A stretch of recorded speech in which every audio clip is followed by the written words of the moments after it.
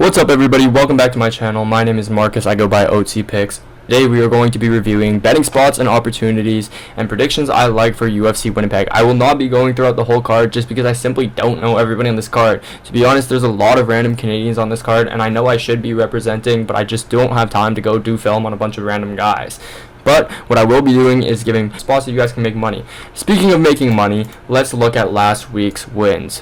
Alright, I've been temporarily shrunk to the corner, but if you look below me, we hit the Carlos Ulberg round 1 TKO. Now, this was a side straight that I put on because I was like, guys, it could happen. I was saying it the whole time. If Carlos Ulberg is going to win, it would have been by a check hook in round 1 or 2. Obviously, the outcome of that fight was really unexpected, so I'm not even going to take credit for it, but I was smart enough to put on the side win. Now, this is what I will take credit for, to my right.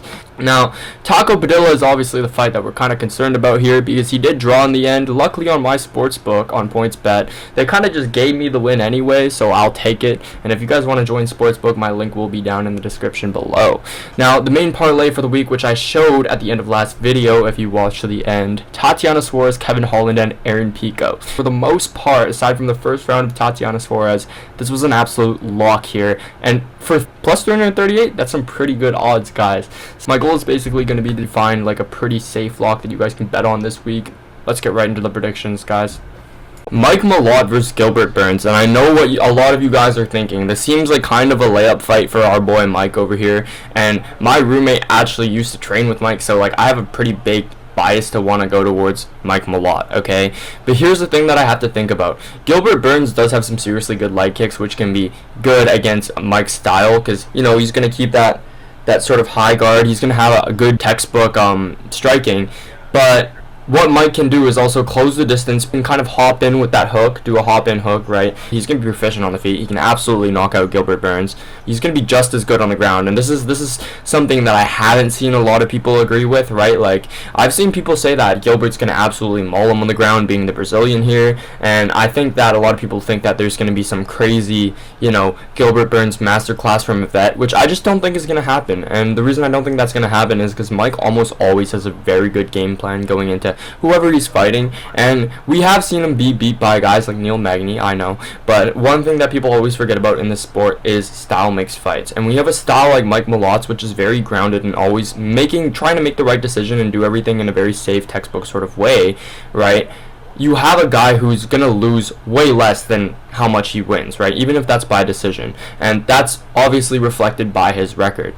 So a guy like Mike Malott is going to be the guy I want to bet on, because I can bet you that he's been training, been getting better, and he's going to have good defense on the ground. He can probably even maybe find a submission, because one thing I will say is these Canadians guys, we have, not me, I suck at jiu-jitsu, but a lot of Canadians, we have underrated jiu-jitsu. There's a lot of underrated good technical groundwork coming from this side of things, and I think a lot of people are thinking of an OG Gilbert Burns, right? Like, we're looking at an old Gilbert Burns, but it's the same sort of situation with Izzy, where people are thinking about the Gilbert Burns of old, who, you know, who has seen the highest levels of competition, who has fought the best guys.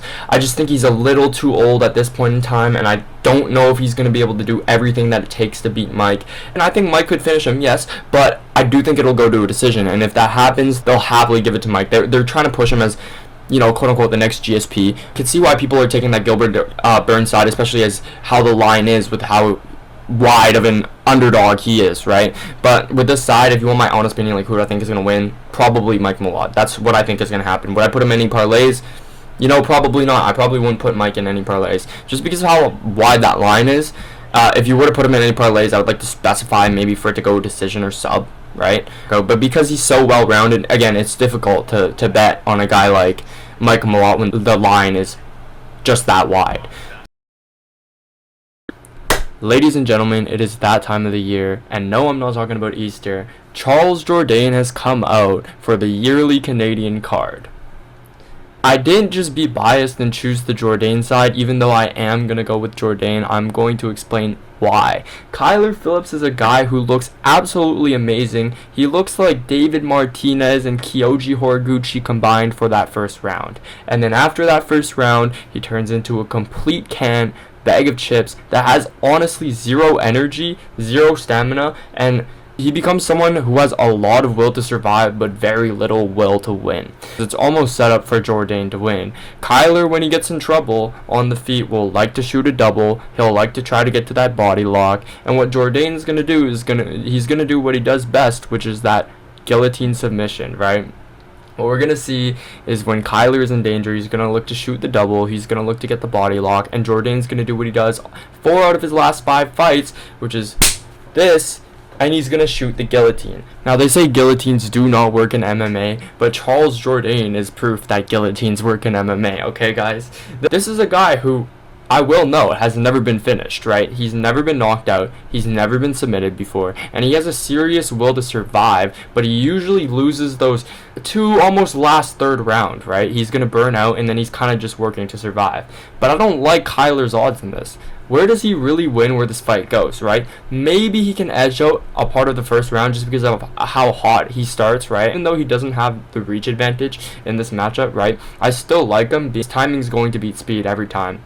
And one thing Charles Jourdain has is very, very good timing, just kind of out of nowhere. So I could absolutely see Kyler Phillips being hit by that signature flying knee, right? Probably when Kyler tries to dart in, because we've seen him get caught when he tries to dart in, right? Even against Vinicius Oliveira. We're not saying Vinicius Oliveira is a fast guy, right? He's almost a weight bully for the division. And I think what we're going to see is a timing difference from Jourdain, Kyler Phillips getting caught when he tries to come in, and then we have a situation where Kyler's really going to have no answer for Jourdain, right? Predicted a lot of guys who have never been finished being finished this year, and I've been pretty right about most of them.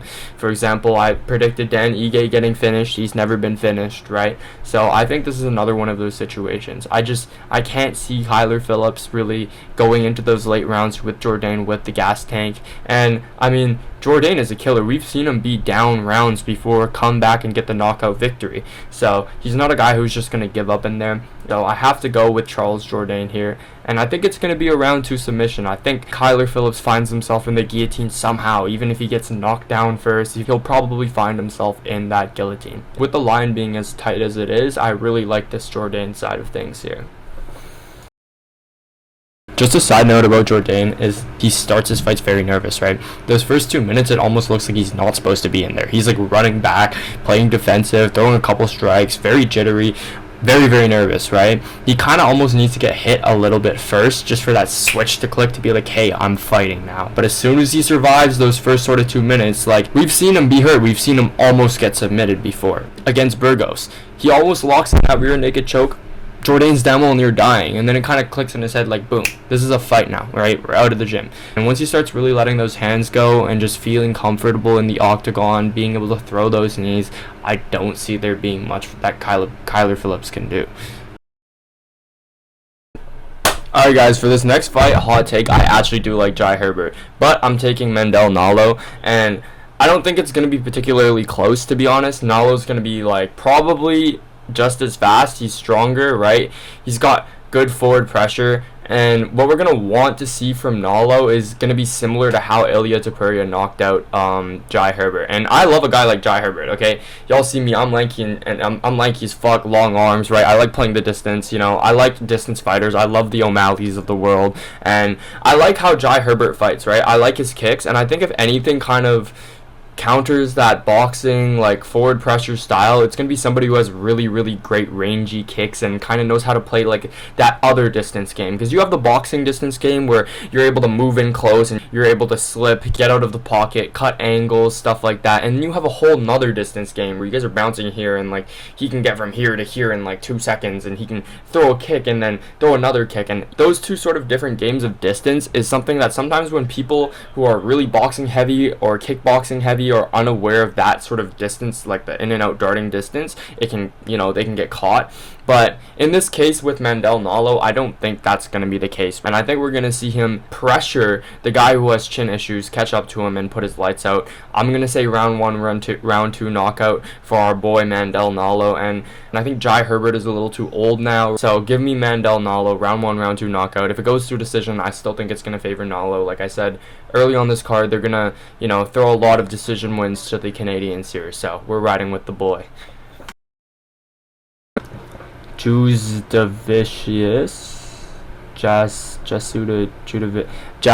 I don't know. She's gonna win, guys. This isn't even like a close fight, I don't think. I'm surprised that the line isn't wider, and I know Karrion Silva does look a lot more scary, and she does actually carry some serious power. Like, she has knockouts, and you know, she's not like an easy win by any means. But every single week for every single one of these cards, there's always been a Blanketmaxx Lock of the week, and this is the Blanketmaxx Lock of the week. What do I mean like that? By that, in women's MMA, there's always going to be someone who's more physical, stronger, who's just a bigger woman, right? And she's going to 9 out of 10 times win that fight, just due to pure control. I don't think there's much Karrion Silva can do here. I think Jasmine's going to absolutely wet blanket her for 3 rounds, and it's going to be a decision lock. I think maybe Karrion Silva's path to victory could be that bottom guard BJJ. Like, maybe she gets like a armbar from bottom, or maybe she gets a Kimura, something like that. That's going to be your best chance of winning. Again, I don't think it's going to happen, though. I don't see how Jasmine loses this fight. This would absolutely be her fight to lose. And when you have someone who's more physical, who's stronger, who's just going to be able to win every single wrestling exchange, it's impossible to bet against, right? We bet for it last week with Tatiana Suarez, and we bet for it the week before when we had Ernajandi Roba. So, just always, every single week, there's going to be a Blanketmaxxer, and 9 times out of 10, please choose the Blanketmaxxer, because they're always going to win in women's MMA. Just like the Tatiana Suarez fight, I think this is probably going to be one of my locks of the week. It's just so free every single time. The only thing that I like to bet more than a woman Blanketmaxxer is probably when you have a really young guy who's absolutely talented and sparking guys, and they give him an old guy for a layup before they start putting him against real comp. Those are the 2 things I'm going to love betting every single time in MMA, and here we have a free layup, so you should probably bet it before the line gets like even wider. Rest in peace my granny, she got hit by a bazooka. Rest in peace to my boy Dennis Bazukja, because he's getting absolutely nuked in the first round, okay? He's not even UFC caliber, alright? And, like, I'm not even trying to hate on the guy, like, that much. He seems like a chill dude. But, like, Marcio Barboza is going to knock him out in the first round. It's not even close. I don't think it's, like, even a real fight. I think this is probably one of the safer bets on the card, too. This is something I'd be confident in putting my money on. Maybe if you don't feel good about Nallo as much, go throw your money on Bazukja to get knocked out. And, yeah, that's all pretty much I gotta say about this card.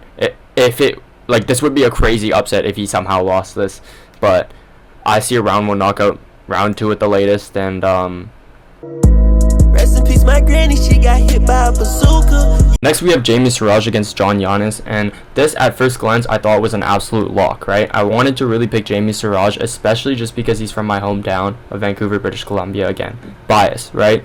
Yannis on the right here, I mean, he's not bad by any means, but like, let's be honest, in terms of the UFC, he's an absolute can, okay? Like, this is a guy who's going to be an absolute layup for Siraj. And the reason I say that is not just necessarily because I think this guy is complete total ass, right? And I don't think Siraj is necessarily the truth per se, right? What I will say is Siraj has one hell of a rear naked choke, right? When he's moving forward and when he's on his feet, he might not be the best with the hands, right? He can hang with people for sure. He can keep that high guard. He can kind of like keep the good posture and come through. Sometimes he might throw a little too early and then gets hit back, or like we seen in his recent fight, he actually did get knocked out by a spinning wheel kick, which was disgusting. However, despite not necessarily having the best hands, guess what? Yannis, he's allergic to rear naked chokes. He's been finished twice very recently from rear naked choke submission. What Jamie's going to do is going to be able to, you know, keep his fundamentals there, and he's going to get to that rear naked choke, which is what he's so good at. Brazilian Jiu-Jitsu black belt from Gracie Barra. I believe he has like 7 or 8 finishes by rear naked choke, and I really just don't see this going any different. I think this is the UFC saying, hey, here's a perfect method of victory for Jamie to win. If he loses it, then I don't think he deserves to be in the UFC, and he already doesn't deserve to be in the UFC, so let's just, you know, just get him out of here.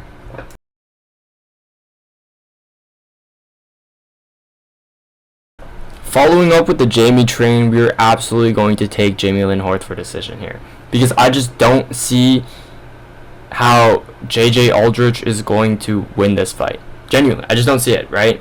I think Jamie's probably going to be better wherever it goes. I think she's probably going to do more to win the fight, and she's probably going to spend her time on the back foot, probably trying to select shots, which just isn't really going to win you the fight. Jamie can take her down if she wants to. Jamie can probably be better on the mat if she wants to. Jamie's probably gonna win on the feet by volume as well. So while I absolutely think this fight is going to decision, I'm just gonna lean on Jamie's side here. Just put this to go decision, dude. This is gonna be one of the women's fights where most people are probably tuned out by the second or third round. I'll probably be playing Clash Royale on my phone. This is probably going to go the distance here, okay, guys? And UFC is absolutely going to give it to the Canadian fighter. Give me Jamie in a decision.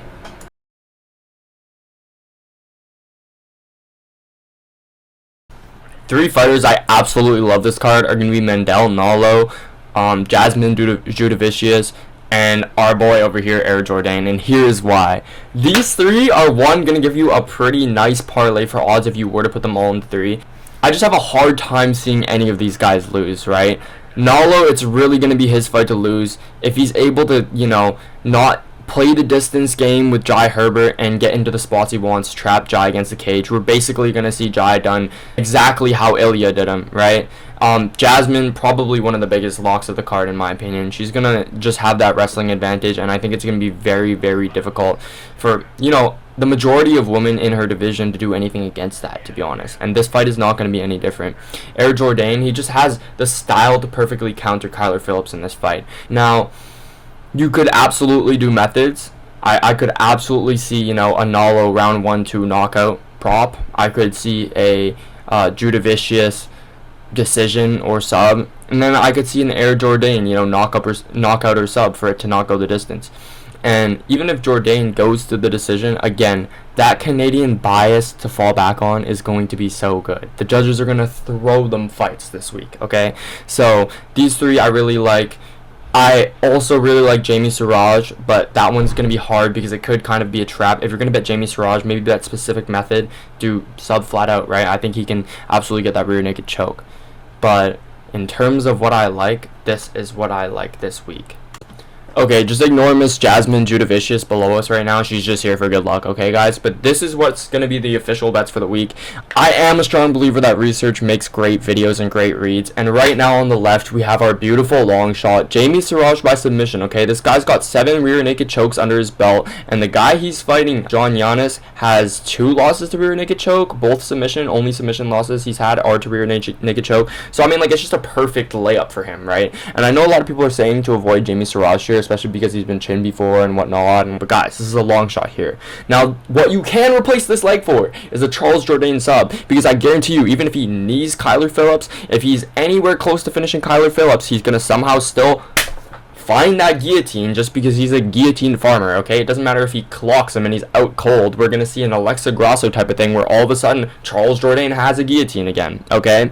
So, Jasmine Jourdain by points. Do I need to explain myself? Probably not. If she's going to win, it's going to be by hugging. If she gets a submission, she gets a submission. We take the loss, okay, guys? Mendel Nallo by TKO. I don't know how this is plus 210 because I think if he wins, he's going to knock out Jai Herbert cold very early. Maybe he gets a decision, but it's a long shot, guys, okay? Which is why we have our money lines here for the around 2x to 3x, right? So we have Jasmine Jourdain, again, don't need to explain myself. Mendel Nallo, same leg, and instead we just switched it out for Charles Jourdain because even though Charles Jourdain's leg is kind of tight here, guys, I think it's gonna be Charles Jourdain's world out there tomorrow, guys. So if you guys want to go lock it in, I wish you guys the best of luck. This is what I'm personally riding on, and keep an eye on my Instagram because I'll probably be throwing out more stuff you can bet live or straights that I'm feeling good about or whatever may happen.